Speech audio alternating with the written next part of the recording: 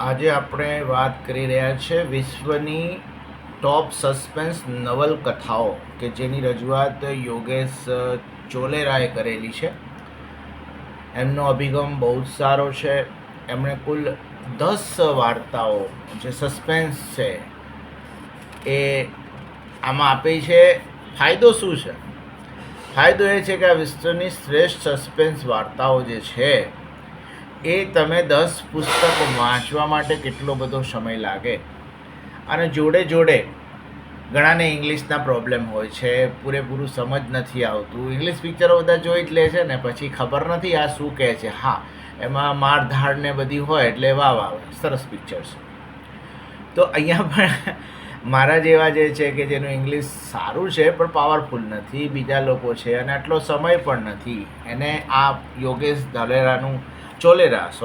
યોગેશભાઈ ચોલેરાનું જે પુસ્તક છે સસ્પેન્સ નવલકથાઓ જે વાંચવું જોઈએ. એમાં એમણે 10 નવલકથાઓ જે છે એને લગભગ 10,000 શબ્દોની અંદર એક નવલકથાને આપેલી છે.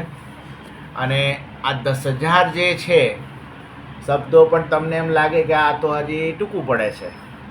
જેનો સાર એમણે કાઢ્યો છે આપણને એમ થાય કે વાંચતા જ રહીએ, પણ ખરેખર સરસ છે. પણ આમાં આગાથા ક્રિસ્ટી તો છે પણ વિલિયમ શેક્સપિયર નથી, બીજા પણ જાણીતા લેખકો નથી, પણ છતાં ટોપ 10 કહેવાય છે તો કંઈક હશે જ, કારણ કે મેં તો એમાં રિસર્ચ કર્યું નથી કે આ ટોપ 10 છે કે નહીં. તો હું આ જે પુસ્તક રશિયાઓ છે એને આ ભલામણ કરું છું. આપણને આટલા પુસ્તકની ખબર પણ નથી હોતી, પણ એ આપણને આમાં આપી દીધી છે. યોગેશભાઈ ચોલેરાનો આભાર. અને kbooks.com.in પર આ તમને જોવા મળી શકે છે. એમણે આને રજૂઆત કરી છે.